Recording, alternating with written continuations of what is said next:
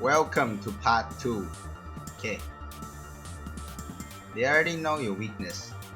All they have to do is to dash forward and fight at closer range. The archer won't be able to react fast enough and the attacker will have the advantage.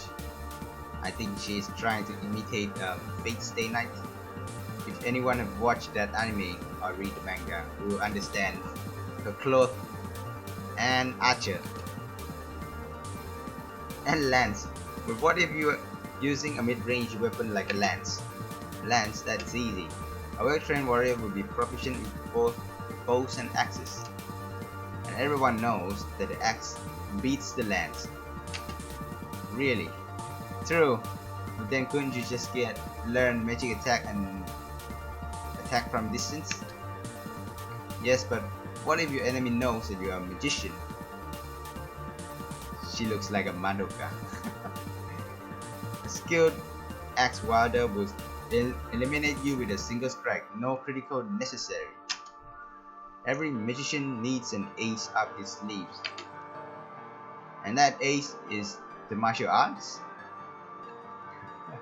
That's one option. And you see, magicians draw their power internally, not externally. Magic, unlike sorcery, flows through a natural internal circuit before it can be used in the form of a spell. The use of this circuit can drain much of an amateur magical energy, resulting in the beginning of the madness. Magus' combat ability in this scenario, even a trained Magus will be susceptible to the attack on an ordinary human, more so if said human is skilled in hand-to-hand combat. Though it is an unlikely scenario, it would be prudent if a Magus too enough with the infodums. That was a long read. Fine, I don't need you. She taps the Twitter icon on her phone and runs away. Run. Okay, I may have been a bit hard on her back there, but this isn't a bad outcome either. You'd think the street would be a bit more busy in the morning, but no one ever passes by here. It's hard to get used to if you're from the city, but I've lived in the suburb my whole life and I like the peace and quiet. It's nice, lets your mind wander. What's that? Lets your mind wander to things you'd rather avoid.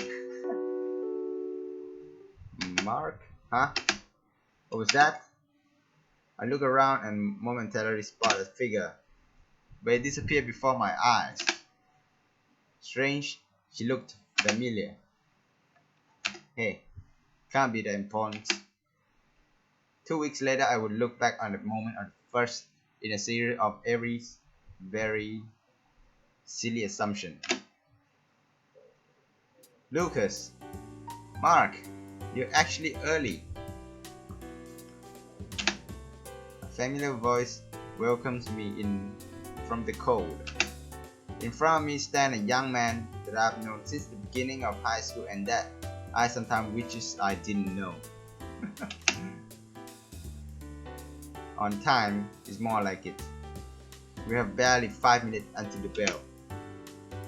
That's still an accomplishment still coming from you. Oh hey, it's Lillian. Did you bring your notes from the presentation?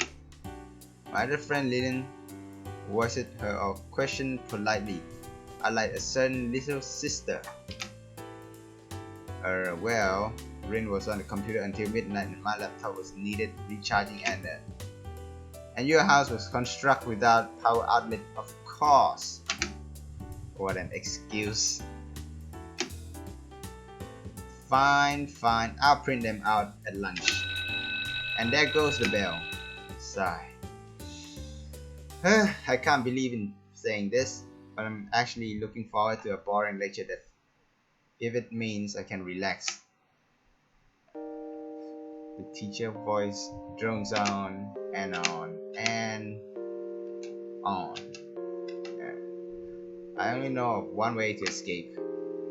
Jumping out of a window might have long-term consequences, though I'll be content with staring through it.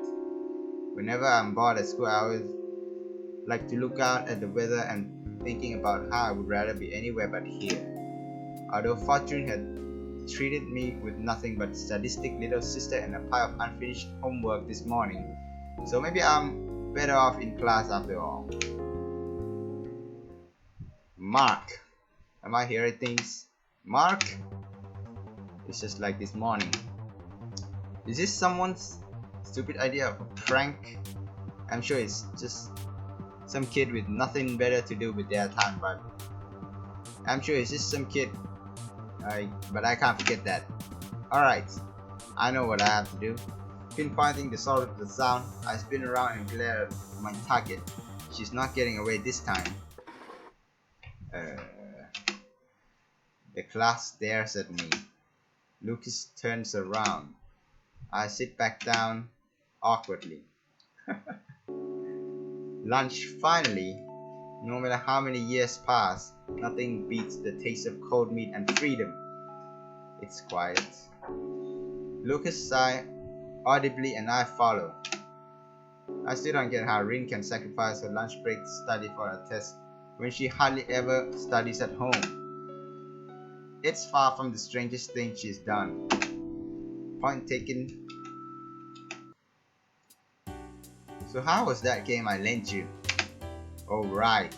To be honest, I'm not really into those datings.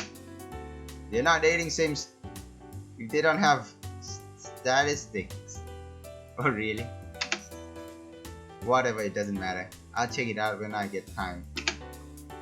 Right now, I'm busy with, I was about to say schoolwork, but that lie won't last a second. Stuff. Yeah, stuff. Mark, you do know what this means, don't you? I really think I can see the sunlight glint of those sunglasses. This means that you have yet to experience modern Japanese visual culture in all its glory. Can you please shut up now? Surely you have found yourself taking a peek at Rin's DVD collection at some point in the past 16 years. Haven't you ever felt disconnected with the path the story takes? I'll take that as a no. Protagonists always have plot armor in suspense story and the main heroine always win in romances. Even aside from being dumbed down by awkward transition between two inherently different mediums, haven't you ever felt like the story isn't working?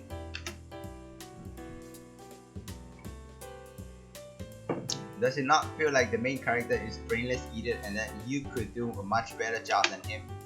Haven't you ever felt like giving that idiot protect a punch in the face and telling him to choose the shy innocent library girl over that deceitful one Chanchara who can't go on a date without thinking about her little brother?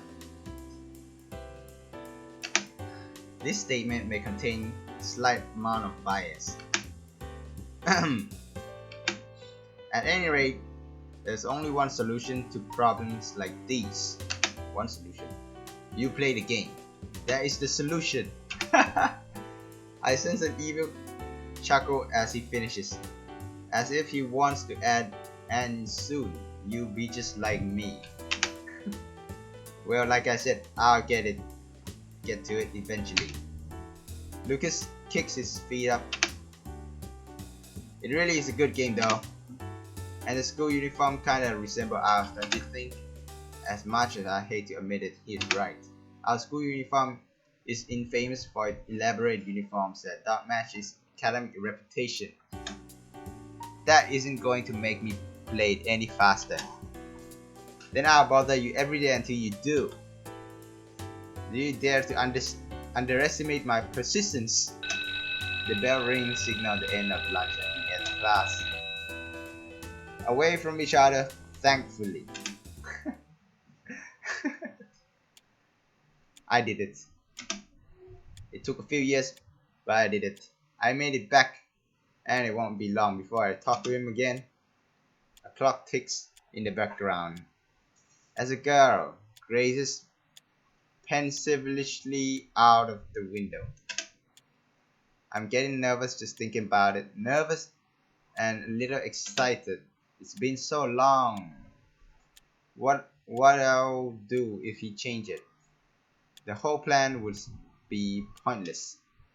I have to stay calm. I know what I'm doing. I've thought it all through. Just stick to the script. But I'm nervous. So nervous. I like sunset. I really do. I could live without long walks on the beach. But sunsets, they are special. Cliche doesn't have to make things less special. Not that it matters much. Storybook romances stay in the storybooks.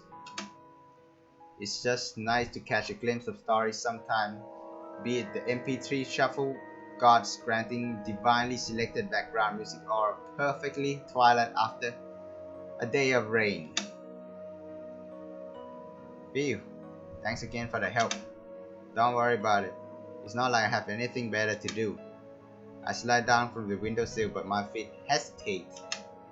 Something about the red tint of the classroom and Lillian's smile is discomforting.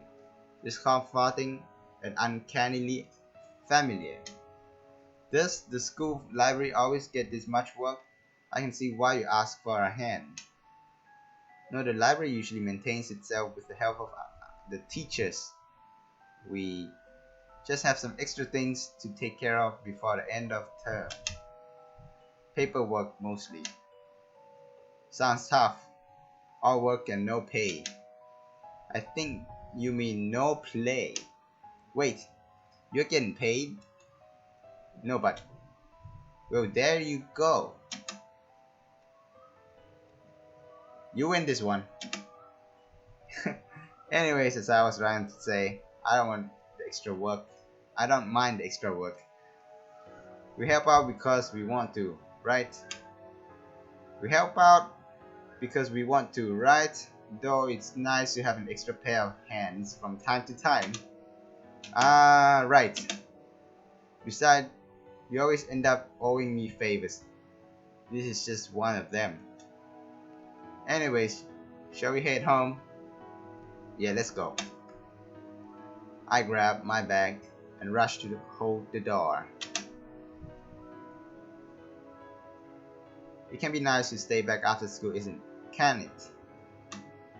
On the occasion, the weather is nice today. I try to find something other than the weather to comment on, but it's always cold in the weather, but it feels good when you're inside. It's like looking at a snow globe. Does that make sense? Now that you mention it, I don't think it does. It made sense in my head, of course. Don't worry about it. I know what you mean. Do you? I think. What? It couldn't have been that important, right? I suppose. Dylan smiles wearily about something and walks up ahead. Frizzly hair lit up by the sun. We walked alone for the next few minutes and I tried to nonchalantly wave goodbye.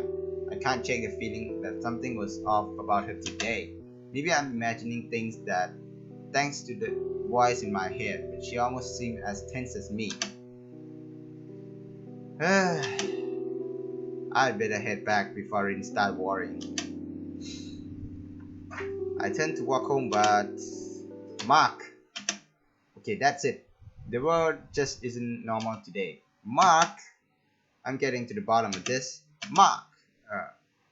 I walk for a few seconds and pretend to not to notice. Before spinning around, and a girl appears and disappears. It's a girl. She stands out, long purple hair and red ribbon swaying in the breeze. She reappears in an alleyway to my left and I see her lips move. Oh, me. The minute I step towards her, she points to her right. It's the road that leads back to my school. I look back at her, or at least I would have had she not already disappeared. that arrogant. Alright, now she's already done it. I'll run through this town all night if I have to. You're messing with the wrong guy. Shake, shake. Before I realize it, the sky darkens and clouds drift in. From time to time, I catch a glimpse of something white out of the corner of my eye, but it disappears before I can identify it. She deliberately dashing through the side streets, and she always seemed to be exactly one street ahead. I grab her breath as I reach for a school building. The girl stands daintily at its entrance. You! Stop! She grins and runs inside. She has a great, graceful quality about her. I say run, but it's more like she's gliding. Of course, that's not going to stop. She must be a ghost. I catch a glimpse of her feet at the bottom of the staircase. To the left hall. We're running out of places to run. Stairs again? No, wait. These are the stairs of the roof. Why is this door unlocked in the first place? No matter, it's over now. The sky turned black before I realized it, and snow drifts cautiously down. The last piece of the puzzle falls into place. The purple-haired girl, the snow, black sky. I saw it all in my dream.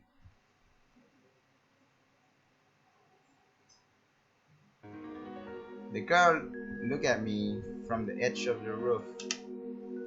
Thank you for following me here, Mark. Oh, how many things should I be yelling at her for right now? But I can't. My mind isn't functioning like it should. Shattered image from a time I'd rather forget flash through it. First of all, let me apologize for luring you out like this. It was the only way I could talk to you alone. She stepped closer. All of the things I wanted to say only line comes out. Only one line comes out. Who are you? Don't worry yourself over minor details like that. You'll remember me soon enough. Soon enough? What kind of vague hint is that? The past will fall into place eventually. It has a habit of doing that. She pauses and looks up at the sky. The snow collects on her hair. You might not remember me yet, but I remember you. I've been waiting to see you for a long, long time. She points her eye at me, and I can't look away. Will you help me, Mark? Will you accompany me long enough for you to recover your memories? That's a strange request. My thoughts vanished. I nod unthinkingly. I will. But you owe me something first. Tell me your name. I feel her warmth before we even touch. She walks up to me and she pauses an inch away. Breathe, turning into mist. Myra.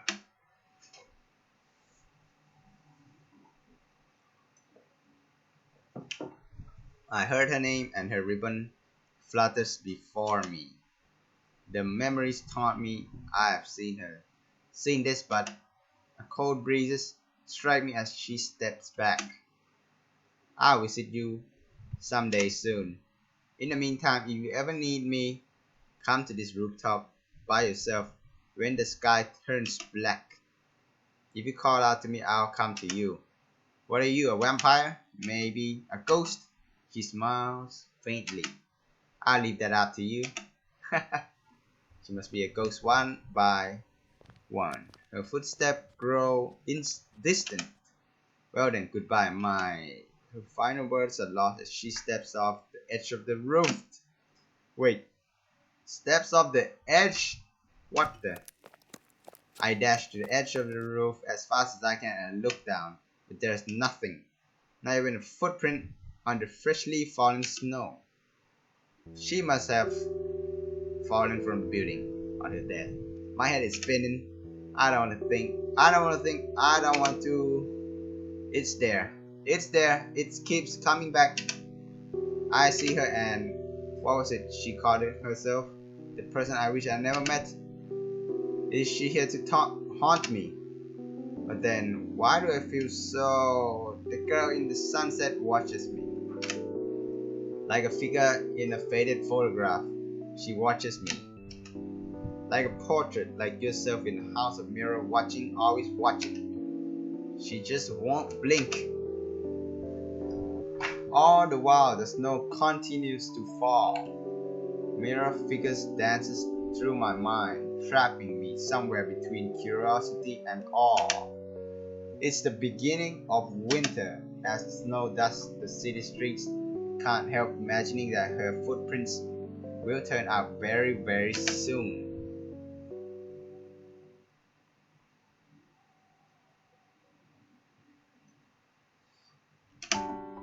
Day 2. Okay, so that will be it. That is part 2. Thanks for watching, guys.